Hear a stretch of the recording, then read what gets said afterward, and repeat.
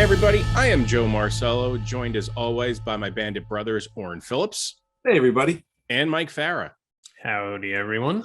Well, if you're listening to us, that means it's Wednesday, it's comic book day, and more importantly, it's Dollar Bin Bandit Day. And today we are bringing you an interview with someone who I consider to be on the Mount Rushmore of comic book writers. He is another member of comic book royalty.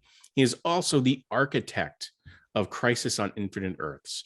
That's right. We are talking to none other than Marv Wolfman. Yeah, Mr. Wolfman's also been part of one of the most underrated series of the 80s, the Vigilante series for DC. Vigilante now, in Peacemaker, a much different version than what he came up with. And he speaks about the original series, and it's so worth reading. And we would be remiss if we didn't bring up Teen Titans, which we do in the interview. Huge defining run on that title.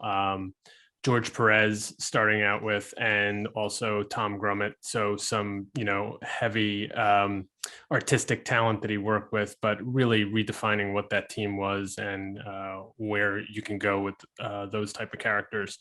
So without further ado, let's dig into it. This is Marv Wolfman. Thank you so much for joining us. My pleasure. So we have a lot of stuff to ask you, and I'm going to jump right in. We kind of ask everyone their more or less their origin story, but we've done a lot of studying on you as much as we could, obviously, without stalking you and being rude about it. But how did you get your start into the comic book world? Yeah, are you talking professionally or as a fan? Well, a little bit of both. I'm sure Okay. one parlayed into the other. As a fan, a friend of mine and I got together to watch TV one night, and after a show called Howdy Doody, which was a big kid show back in the 1950s, and its title alone couldn't be used today, but we did not get up to change the channel for some reason, and that's the days before remotes. And the very next show on was The Adventures of Superman. And we had never seen it. We always had changed the channel previously. And we watched Superman. At the end of the show, it said Superman is based on the copyrighted character appearing in Superman and Action Comics Monthly. So the two of us got up, walked to the corner where there was a newsstand, and bought our first comic. And that was pretty much how it happened. It professionally, well, even a little bit before that, Julie Schwartz, who was a well-known editor and a brilliant editor and a real good guy, edited a lot of comics for DC. And I wrote a letter to him, as I did fairly often, and he published it. And Julie had the Julie would actually print the address of the people who wrote. And a few days later, I got in the mail 2 different fan magazines, which they saw the address and they were trying to get more people into fandom. I had no knowledge. I knew nothing about this, but both of them were really interesting. And I got into comic fandom at that point. So there was a lot of ramp up to this point, but in, I believe it's 72, using, our amazing research tool called Wikipedia, you took over for Roy Thomas as the editor of Marvel Comics first. What I thought was interesting, in charge of the black and white line of magazines, comic magazines.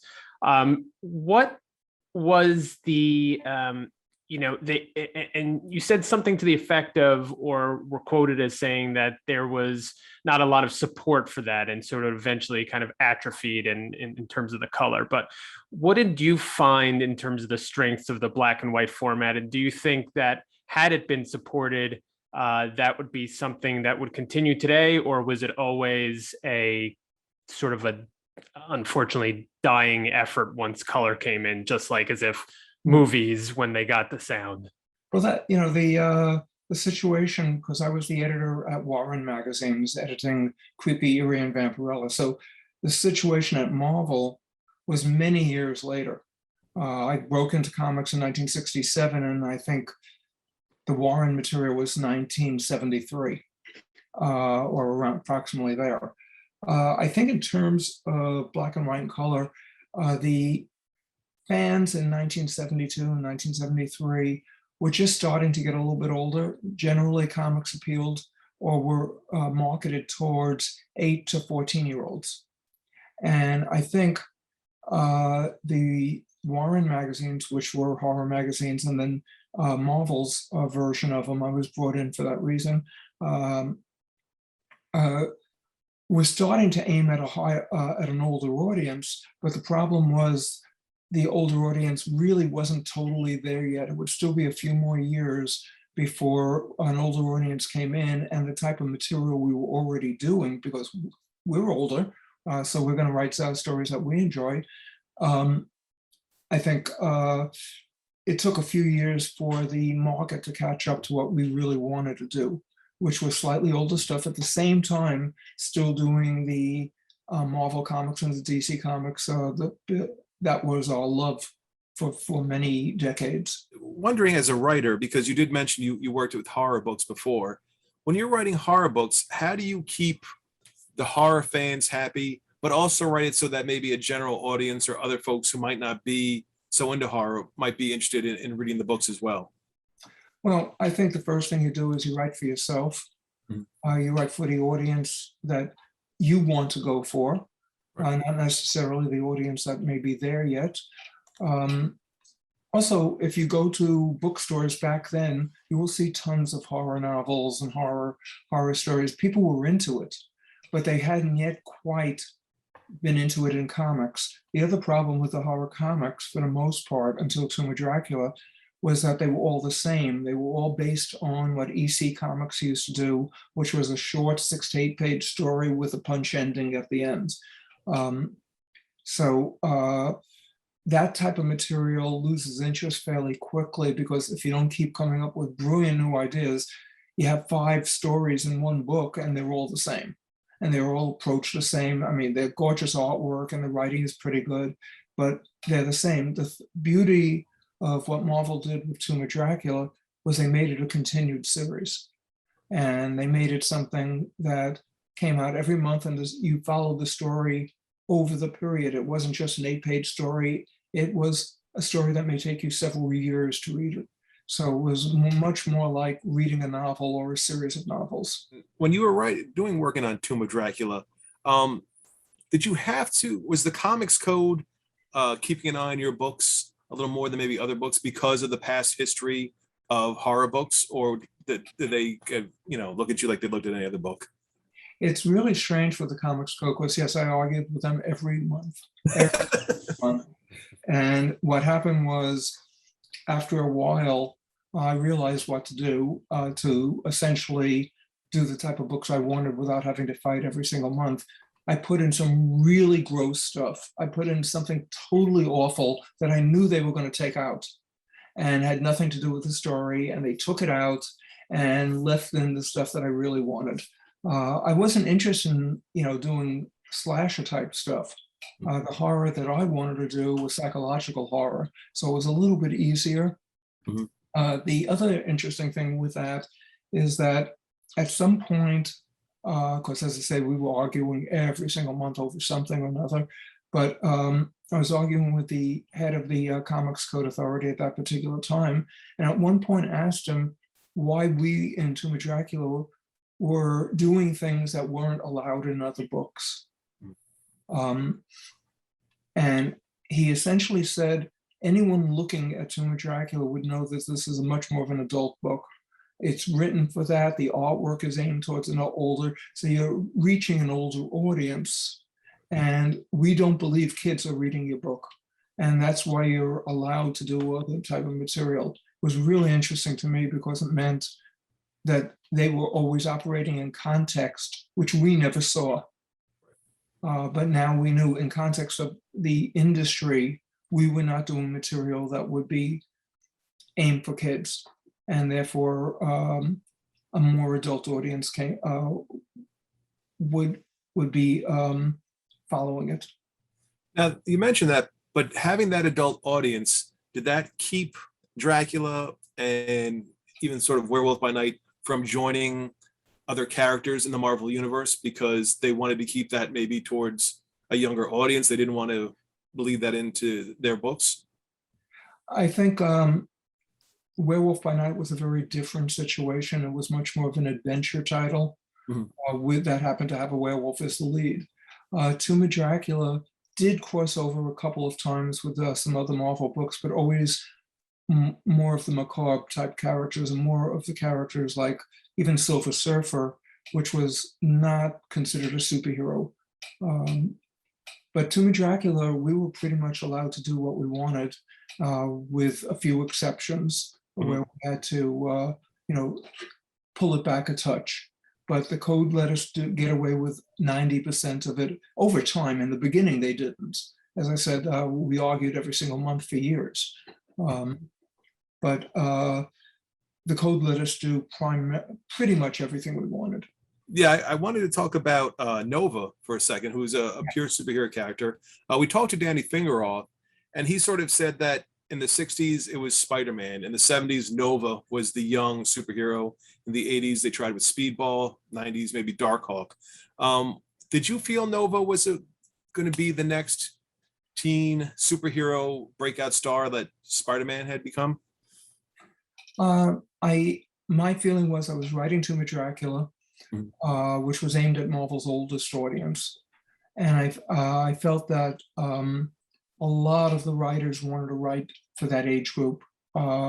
They wanted to do something like that. And I wanted to see, while I was writing Tomb of Dracula, I wanted something for the younger group. I didn't want the younger kids not to have a comic that they could read because everyone else wanted to write a much more adult book. So Man Called Nova was very specifically created to go for the youngest audience. I mean, if you look right on top of the first issue, it said in the style of Spider-Man or something like that. And we had the corniest villains and everything, but it was all designed to reach a younger audience. And what's interesting is that for years, I never heard any fans talking about Nova at all. But in the last 8 to 10 years, I would say a ton of them have. And they're exactly at the age that back then they were 12, which was the age I was aiming the book for. So it did exactly what it was supposed to do.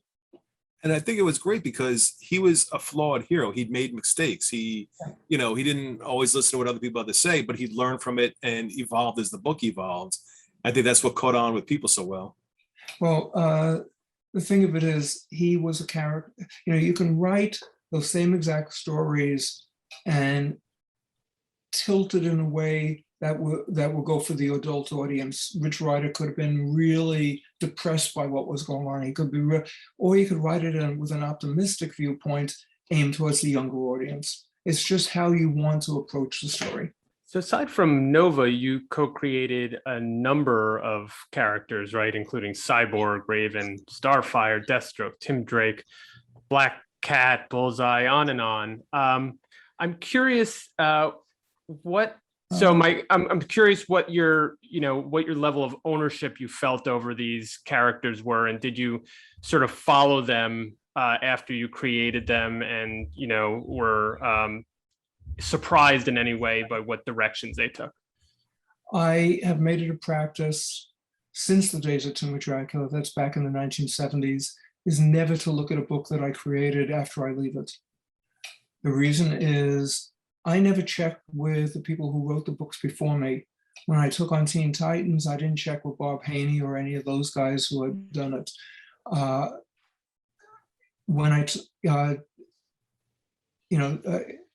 My feelings on Tomb of Dracula are very well known, how much I absolutely love working on it, but I never wanted to look at it again. There's no way that anybody else could get into my head as I can't get into theirs. And therefore, it will always be wrong.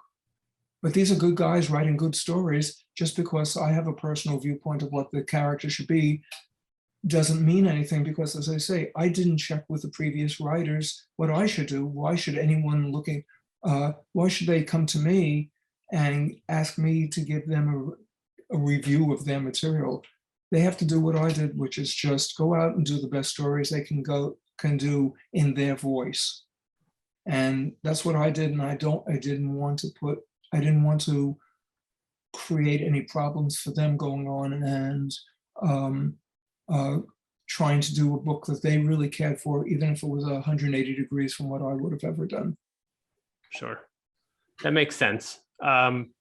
Were there characters that you created or co-created that you were surprised by their success, or others that you thought would have more longevity that maybe they did have? Back when I was doing a lot of that stuff early on, there was no real way to measure how popular the characters were.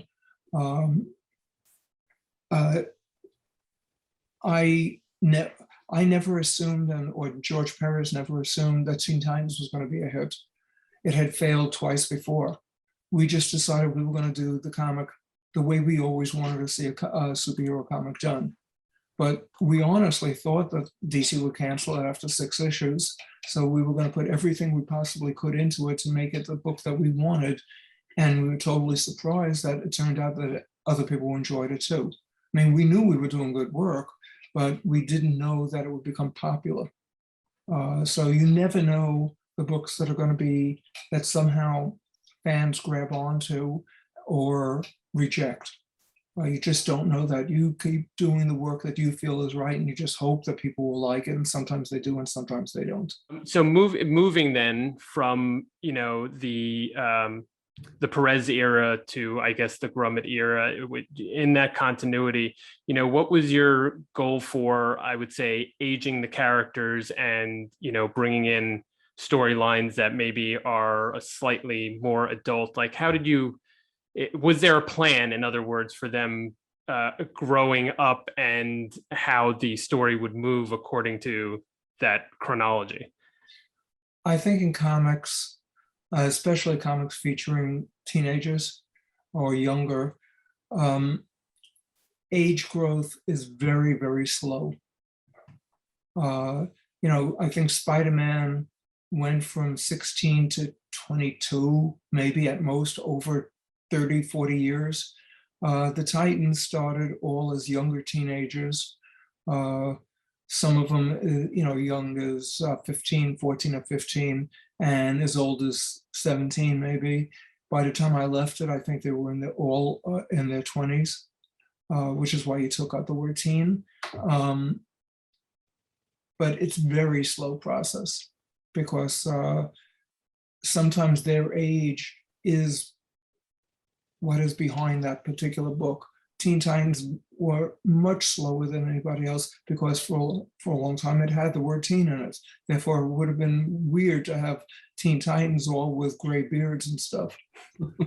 Wanted to jump in, and you made an interesting point about how, when people write your characters, or you write for other characters, or write about other characters, excuse me, you're writing the best stories that you can for them. And I think that holds true when it comes to Crisis on Infinite Earths. I mean, it's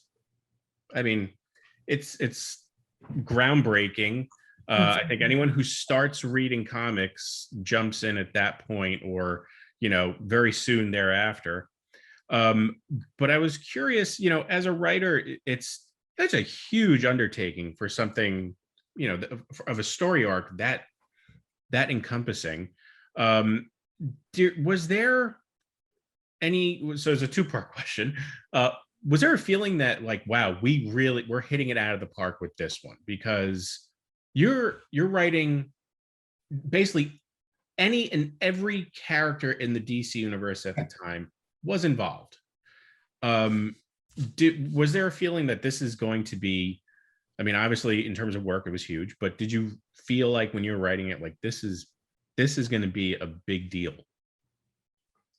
The odd thing is that I thought what the big deal was going to be at the end of Crisis, what the whole new DC universe was going to become. And my original pitch was that all books would start over Mhm. at that point. They decided not to do that, but that was the original pitch. So I thought that everyone would be concentrating on what we reached. In other words, Crisis was the roadmap that was taking us to the destination, and I thought the destination was going to be the big thing. It turned out over time, it was very quick to realize it was Crisis itself that was the big thing. That has never been out of print since 1986. They keep coming out with new editions and new material and everything in it. It's pretty incredible. Yeah, I mean, every time I spend like another $80 on a newer version, I'm like, what did I miss? I Good. don't understand. Yeah, it's. I knew that I was doing a good job with it when I think I got with issue 1, I got a fan letter from Alan Moore, who was the only person who figured out what I had done in that issue, and why we introduced and killed off the Injustice League and that Earth 3 all within a few pages. Like, why did we waste our time doing that? And he's the only one who figured it out.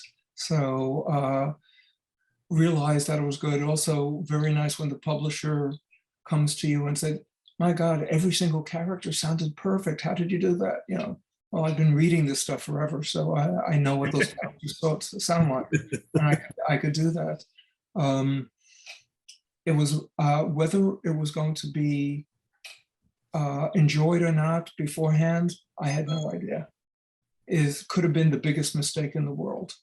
But we decided to, again, like we did on Titans, we were going to do exactly the story we wanted.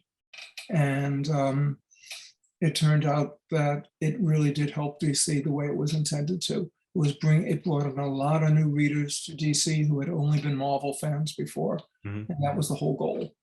I mean, they try to top it every 5-10 years now.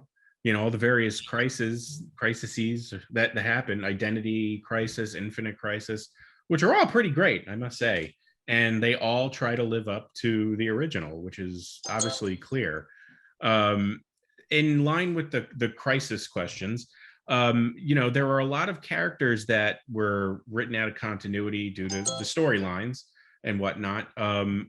Was there any blowback or concern amongst some of the other writers or artists? Because they're like, hey, look, these characters are, you know, more or less being taken away from us. Yeah. Everybody loved the book except the other writers. Oh. Makes sense. Yeah. But we knew that was going to happen. Right. And the problem is, I mean, this may sound callous, but we were trying, DC was not selling very well. Without being, I don't want to sound callous in this, though it's going to sound it. DC was not selling very well at the time. DC sales were maybe 50, 60,000 a book, maybe generally less than that. And Marvel was selling in the several 100,000. The only book at DC that was selling in the same numbers was Titans, followed by Legion. So the company needed something to draw attention to itself. You could stay in the past, you can go and write the stuff that we all grew up with and write new versions of that and do a really good job, and everyone would be very happy and they'd stop buying the books, but boy, they love that stuff. They just no longer bought it. It's like all the people who wrote to me about Supergirl's death after that happened, who hadn't bought an issue of Supergirl in 10, 15 years. So and I'm not joking, because they'd come up to me at conventions and they say, that was the best Supergirl story ever. I love Supergirl, she's my favorite character. And I asked the last time, when did you read the book last? And, you know, it's like, they were still getting out of diapers at the time. So the thing is, the company needed something big that was going to change things. And yes, there were going to be people who wanted to write the stuff that they grew up with. And so did I. I wanted to write Superman. I wanted to write all of those. But that wouldn't have helped the company at that particular point. it had to be revolutionary. It could not be evolutionary. It couldn't be slow. It had to be something big, very fast. And you had to do it well. That was the intimidating part, because so much could go wrong with that. And it was so easy to go wrong with that. And I spent a number of years plotting the story. I didn't rush that one out. I didn't do it as if I was on a monthly schedule. I plotted most of the book out before the first one ever came out.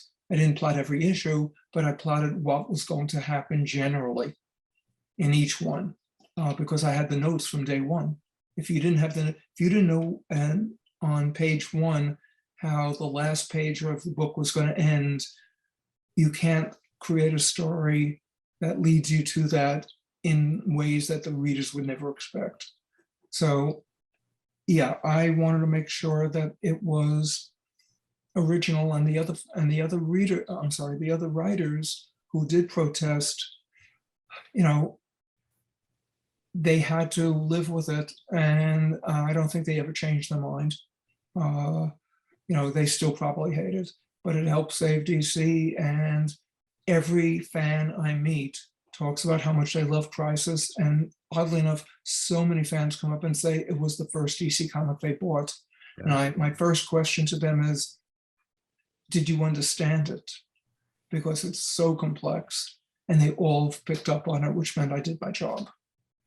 It was the first comic that made me feel something, because up until that point, and I had gotten into comics because of these two guys later, around Death of Superman time, but then going back, you catch up. And I had to read Crisis a couple of times, but I was like, whoa, you have to put yourself into that frame of mind of, okay, well, this was happening back then. This was the world, and this was world changing. So it was just amazing. Last Crisis question, because I know the other guys have a couple of others, is, the work you did with George Perez is just synonymous as it pertains to a lot of stuff that you've done. Did you get to choose who you work with in that sense, or it just, the DC guys did it? Because, it seems like he captured your work visually perfectly. Well, remember, George and I had just done 5 years worth of Teen Titans, so right. Plus we were friends. So we used to get together for lunch every week and just talk stuff. And George was not scheduled to do Crisis. He was going to go on to something else after Titans. And we'd go out to lunch, and I would tell him, he'd tell me what he was going to work on. I tell him what I'm doing on Crisis. And over a period of time, George finally said, okay, forget it. I want to do it. I have to do this book. And I went, good, because I was hoping he would say that. He was really the only one who could draw it correctly. Others could draw it well, but nobody could do it correctly except for him. And I was so thrilled that he decided to come on. And from that point on, we just treated it the way we treated the Titans, which is I'd come in with a rough idea for the issue, and then he and I would break it down because George is so good at that. I said one question with Crisis, and you spoke to it before, and how you captured the voices of so many characters perfectly. I'm just wondering about the game plan that you put into this, because you said, about a year in advance you were working on things. How did you come up with what characters you wanted to use in this, and how to use their strengths and weaknesses in the book? Well, the first goal I had was not to use any of the main DC characters for a while. That's why, and this is what Alan Moore figured out, that's why I used the Injustice League. I used all the secondary superheroes. My thinking on that was that we were trying to get Marvel fans to come over. We were trying to get the Marvel Zombies, which is what they called themselves. I didn't call them that. The Marvel Zombies to take a look at a DC book, because a lot of Marvel fans back then would not even look at one. They were totally uninterested in DC, and it took something special. So my figuring is, if they don't like DC, and you ask why, they'll probably say they don't like Superman or Batman back then, or Wonder Woman, the three main characters that DC had. So I'm not going to put them in. I'm going to put in characters they've never heard of, but are good DC characters, solid DC characters, and make it so to see how expansive the universe is, not how tiny. If you think DC is just about Superman or just about Batman, you're wrong. Now, they happen to be my favorites, so I love those characters, but I did not want to put the same characters they already don't like into it. I wanted them to be able to approach it as if this was the first time they looked at DC and, oh my God, there's a million characters I never heard of. This is interesting. And that worked. And what Alan picked up on was it opens with the death of Earth 3 and the killing off of all those characters, Ultraman and Superwoman, and whatever the characters are, and we kill them in 4 pages essentially. And the reason for that is psychologically, because I knew that Superman, Batman, and Wonder Woman and the others were not going to be in, they were not going to appear until about issue 5 or 6. So what they were going to see was Ultraman get killed in 2 panels. Ultraman, Superman.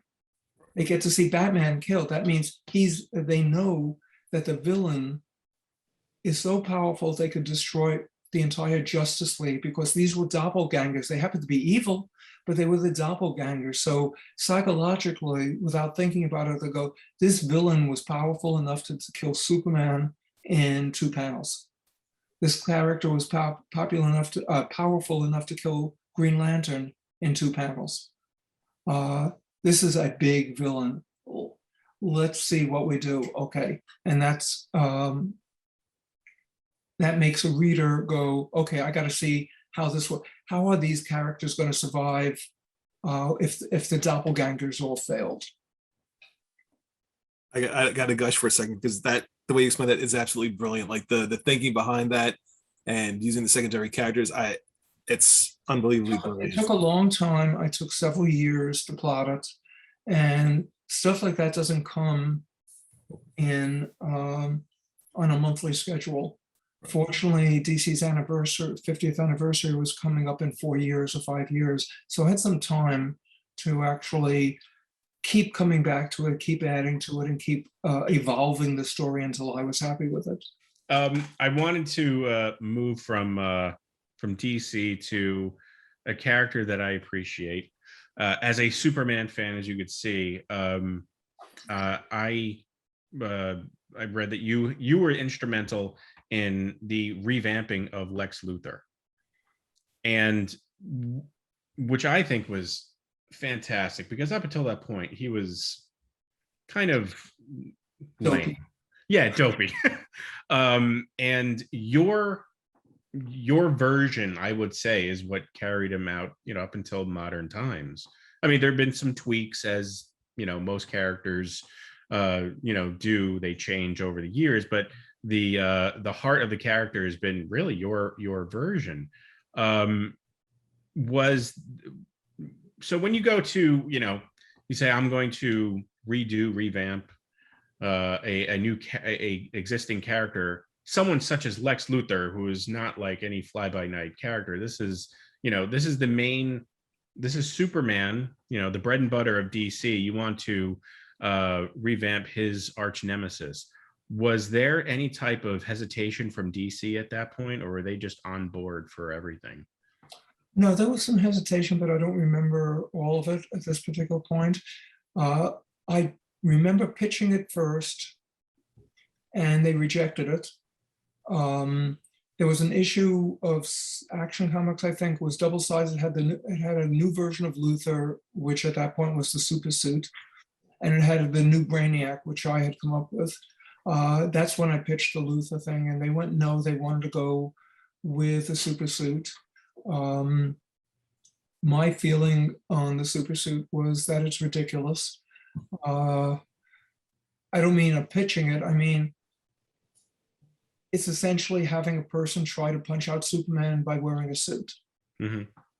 As you don't take on Superman physically. You're going to lose.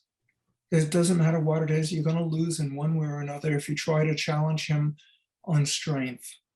But Lex Luthor has something that no other villain has. The biggest brain in the world.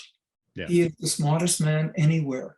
He doesn't need a super suit. He could figure it out on his own. He could do things that nobody else can. Superman is great, but he's not that smart. He's not Luthor smart. He's smart, but not Luthor smart. So the idea was pitch Superman against a character who can outthink him at every single moment. And if you're going to do that, you can't just do the typical Luthor story where he's in prison, in his prison graze. He takes like a robot out of his teeth and breaks free, attacks somebody in a giant robot, gets captured by Superman, and that's it. That was every Luthor story I ever read when I was a kid. Mhm. Every single one of them. And so I didn't want to ever have Luthor in prison again.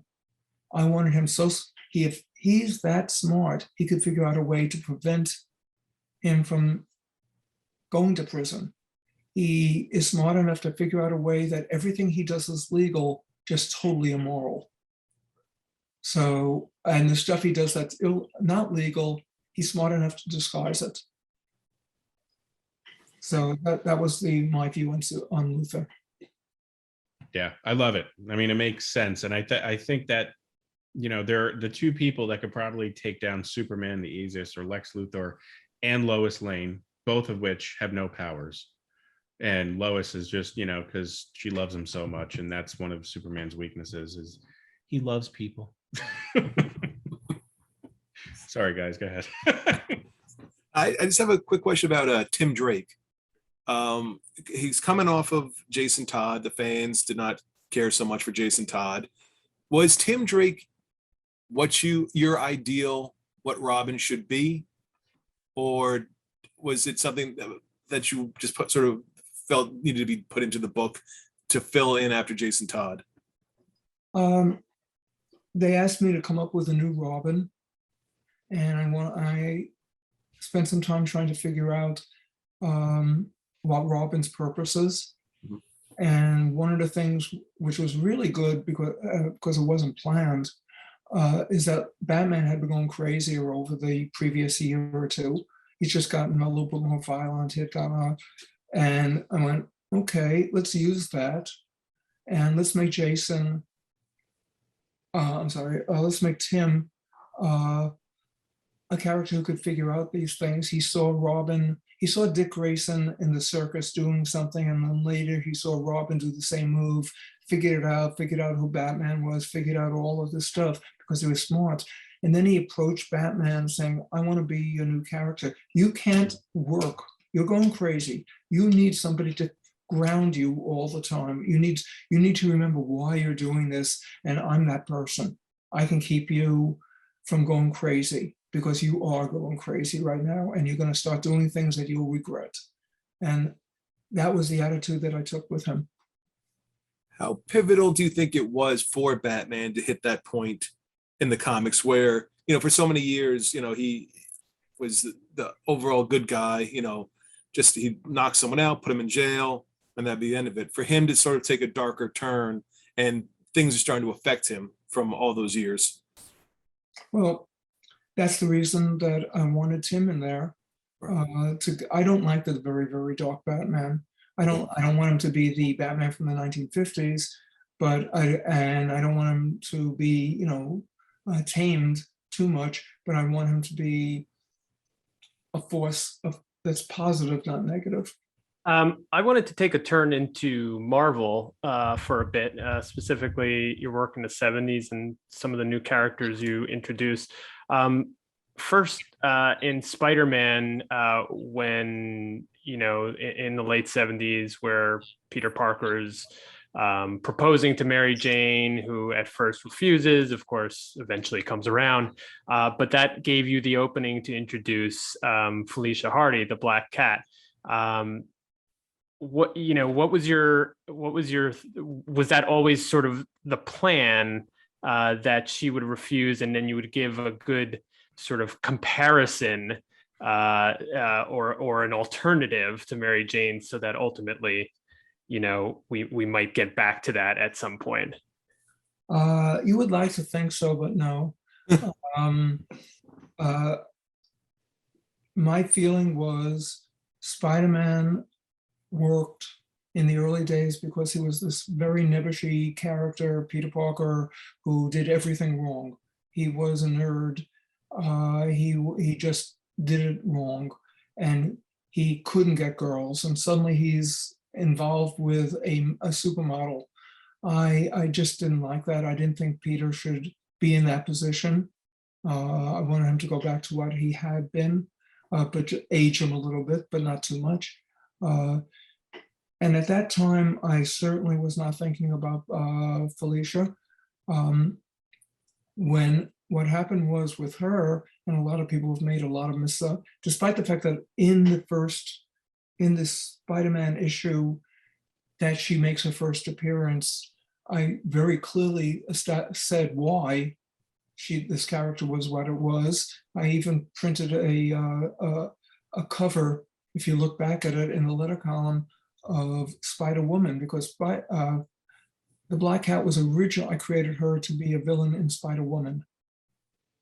And what happened was I had come up with the character, and then they offered me Spider-Man. And I went with that, and I took the Black Cat with me, but the Black Cat was always going to be a Spider-Woman villain in the original. Again, read the letter column. It's all there. We did a cover with her from Spider-Woman. My idea was that she created the bad luck, but she was dressed in my original plot, sort of like a 1940s film noir female. Large slouched hat, long dress, all that stuff. So she was fully created when I went, well, I'm not going to continue that story in this, and let somebody else write the character. I want to do it myself. So I'm going to take her and bring her into Spider-Man. But what I didn't even think about, because she was not a Spider-Man villainess, was that it created a different reason to be, or how she approached things that I was not expecting. I would not have done a lot of the romantic stuff up front, but it fit only because my mind was that she was from Spider-Woman, not from Spider-Man. But people have asked, did I take it from Catwoman? And no, because she was the villain for Spider-Woman.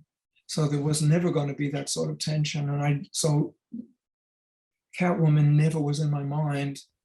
And it was like, when people pointed out, I went, oh God, I didn't even see it, because I was so concentrating on her for a different project and just following through on that. I mean, I feel like that to me, it was a happy accident, if you will. I mean, it wasn't an accident, but I think it really, even though she was designed for Spider-Woman, she really worked well with the character of Peter Parker and gave him once I decided to pull her over, my thinking there was Spider-Man had never had a female villain in all those years. I mean, 200 issues go by, pretty much, never had a female villain. So I'm going to put her in this book, do something we haven't done before. Yeah.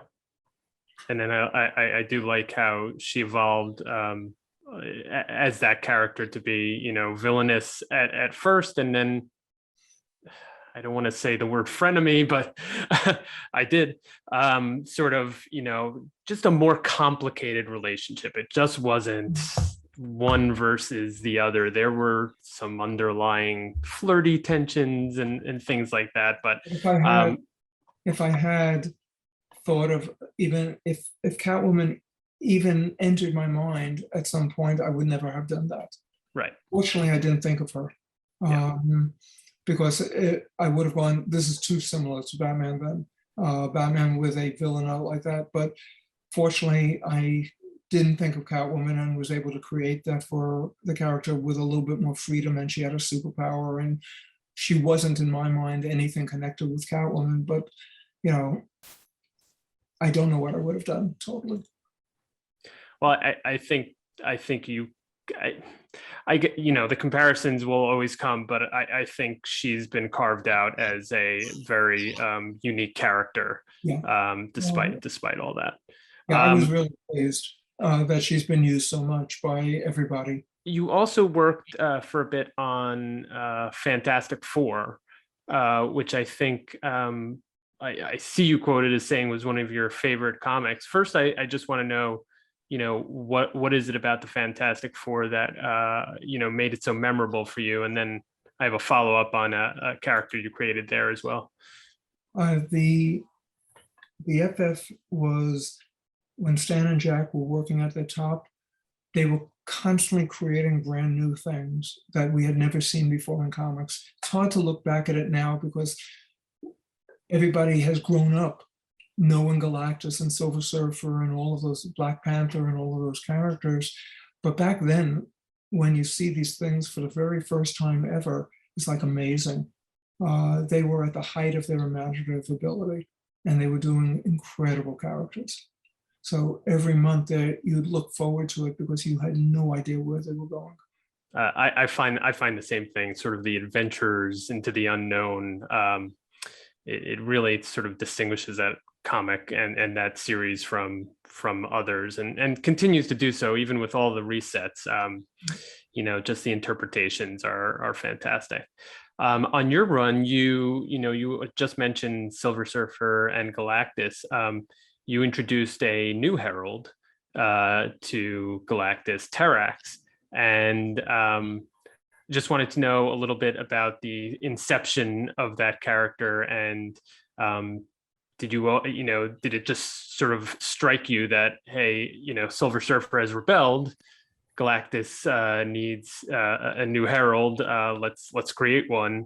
And you know, how you got sort of, if you had any influence on the look of the character, if that was your sort of co-creator, was given a lot of freedom for it.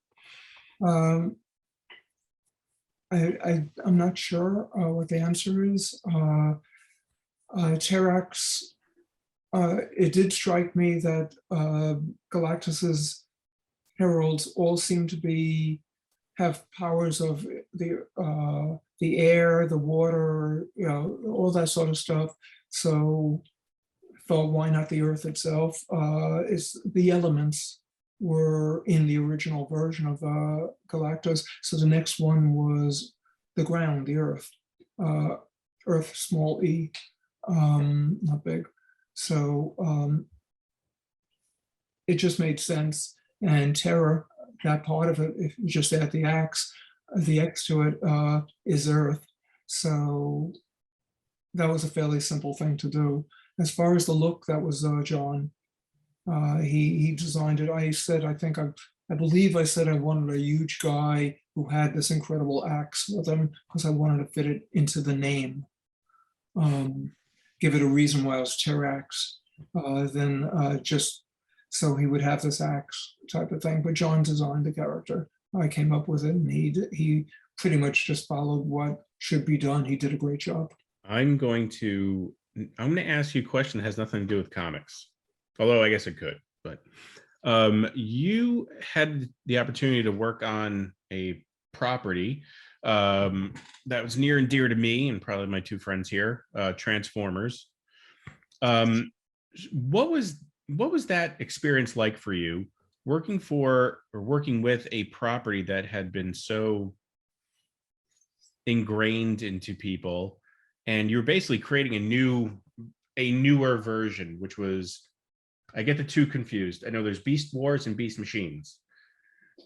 Well, I started on Transformers, no other title. Oh, it was the Generation I 1. was actually a showrunner for them. I had written an episode of G.I. Joe, and the studio really liked it and asked me if I'd like to be a producer. But I was moving out of New York to California, so I had to turn it down. But they said, in which case would you like to be a story editor for us? And I said, yeah, sure, that sounded good. And they assigned me to the last 5 or 6 episodes of Transformers for that season. And you fixed something that broke our hearts. You brought back Optimus Prime. Well, what happened there, it's so interesting because for years, nobody ever talked to Transformers, and I did a bunch of them. And recently, that's almost all I get. Oh, really? I'm not quite sure why.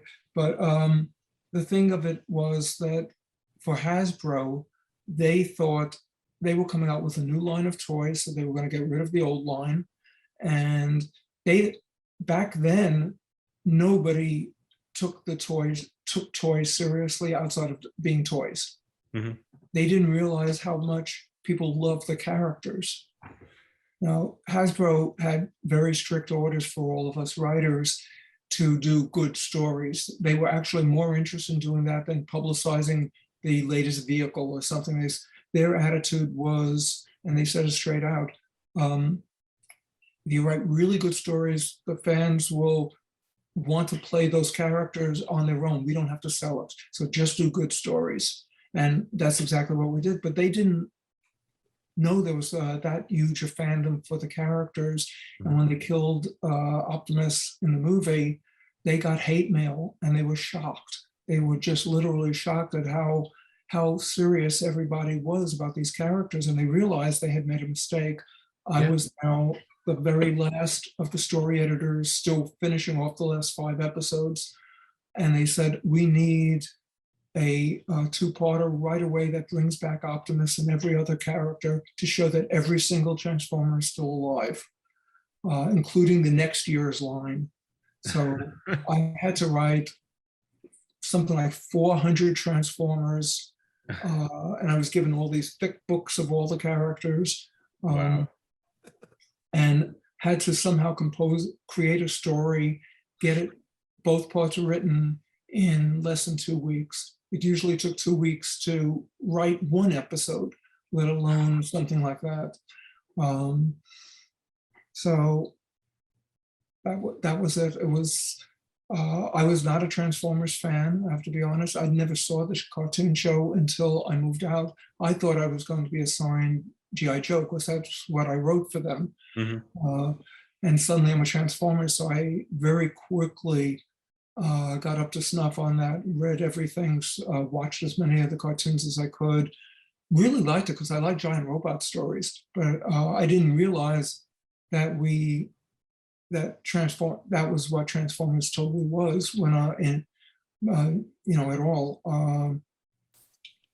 I was a big fan of Raideen and a bunch of the Japanese shows because I would watch them. I lived in Flushing, New York, and Flushing had a very large Asian population, and they had an UHF station that played all anime. So I was seeing anime before anyone else even knew it existed. And I loved things like Raideen and all these giant robot things. I just didn't know that we were doing them here, which was several years later, of course. Yeah, it was a big deal for me back in the day. It's a big deal for so many people. As I say, I don't think I realized it either, because to me they were just toys. And I don't think anyone fully understood what we were doing with them until it became apparent, because of the death of Optimus, how much we now had to concentrate on the characters more and make sure the characters were really well done. Yeah, and they were. They had personality. They had, even though the robots, they had feeling. It was a combination of the well-written stories, the voices. It really, everyone who was working on it realized also it was the best experience any of us had in animation, because we were allowed to write good stories. Normally, when you're doing a toy show, the whole thing is to show the toys in operation, and the vehicles and everything else. And in this, they didn't ask us to specifically do anything outside of good story. It's interesting. We actually spoke to Bob Budiansky about the work he did in coming up with a lot of the character traits and such that were put on the original toy boxes, and how much, even though he basically said he did a lot of these in the weekend, but how much it sort of spawned into the personalities that were on the show, and then the stories that could be explored, so that it was just not sort of like you explained, the toys just kind of crunching together. Yeah, their attitude, I think, made for really good shows because they knew that we had to do good stories. I did G.I. Joe for them, but I also did it for later on for other companies, and they didn't approach the material in the same way. And I don't think any of the G.I. Joe fans liked any of those episodes. I want to be mindful of your time, but I have one question, and it's a series that I'm so glad I see so many more people discovering it or rediscovering it, and that's Vigilante. And it seems like you had a lot of fun putting that together. How did you pitch Vigilante, and what was the thinking behind that? Well, it's an obvious one. Teen Titans is doing really well, and they asked me if I had a spin-off character, a spin-off from that, if I wanted it. And I figured Vigilante, which was the character I was going to create for Titans anyway, would be a logical one. It would allow me to write very different type stories for a very different audience. I would have preferred that being an adult book. And I structured those stories very differently than I had the superhero material. So same thing later with Deathstroke as well. When I did the individual Deathstroke series, he became a slightly or very different type of character than he had when he was in Titans.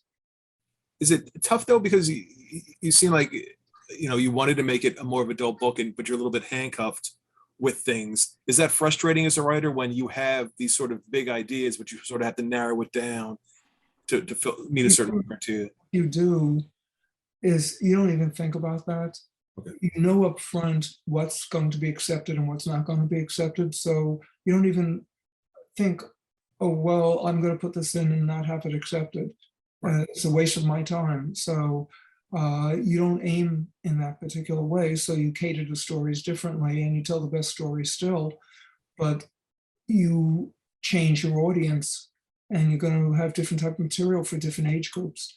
If I were allowed to do it as an adult, it would have been a much more powerful book. And I think the material was aimed to be an adult material, but it wasn't so. I never even thought about aiming it differently. I wasn't going to fight the code on that. Gotcha. I lose. Yeah. I thought it was absolutely wonderful, and I appreciate you creating that character so much. I wish it had sold better. Well, I mean, was that a surprise though? Because it seemed like, I hate to use the term, but it's a badass character and something that people, I would think would be like, oh wow, let's check this out. I don't know. It did not sell well. Gotcha. Certainly not like the Titans. That's why eventually I had to give it up anyway, because my schedule was just too insane. I think Crisis was a part of the reason, and handed it all out to the others who worked on it afterwards. And welcome back, everyone. That was our interview with Marv Wolfman. That was pretty cool. I got to say, I was a little nervous talking to him. He's someone who again, as I consider comic book royalty, he's done it all. He's worked on some great characters and storylines. And he's a pretty big name. So to be asking him questions about stuff that he's probably been asked a million times at this point in his career, it's a little nervous, but he was absolutely just a pleasure to talk to. Yeah, you're talking to someone who is a huge part of comic book history, and the work he's done for Marvel, for DC, as a writer, as an editor, just being central to so many integral stories. It was truly an honor to be able to speak to him. This one was, as we keep saying, a big get. And, it was an honor to speak with him. Big part of our lives in terms of our, comic book reading, and great to hear, from a master like we do so often, but, sometimes a bit more special than others. So That'll do it for this week. Tune in next week. We will have yet another member of Comic Book Royalty. We just keep them coming. So come back, rate, review, subscribe, and we will see you then.